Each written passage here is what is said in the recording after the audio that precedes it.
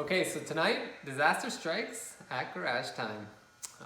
We did take our car for safety, our 1968 Beetle. There was a few minor issues that needed to be repaired or fixed, added.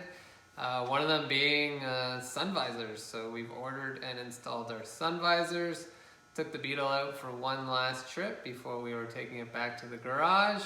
And when we pulled into our garage after that road test, there was a pool of oil following us up the driveway into the garage and developing quickly under the car.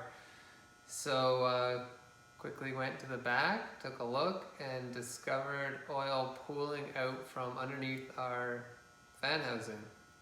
So we'll show you a quick video of that now.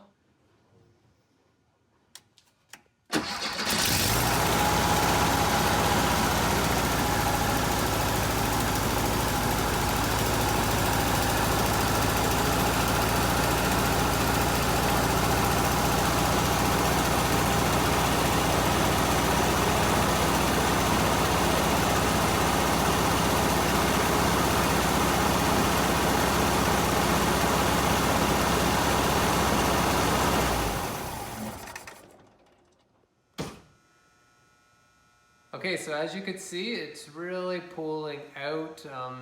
The only real cause we believe that could be is we sprung a leak in our oil cooler itself, or the rubbers have themselves dried out, cracked up, started to leak. So check this, we have to drop the engine. So we have posted another video of us pulling this engine, so there's no need for us to go into all that detail, but once we get the engine down and apart, we'll post a video showing you pressure testing our existing cooler to see if it is leaking, and if it is fine, then I guess we know it's the rubbers and we'll replace the seals, but we'll go into that in another video. Then hopefully we'll just put it back together, no more leak, and finally get this car safetied once and for all.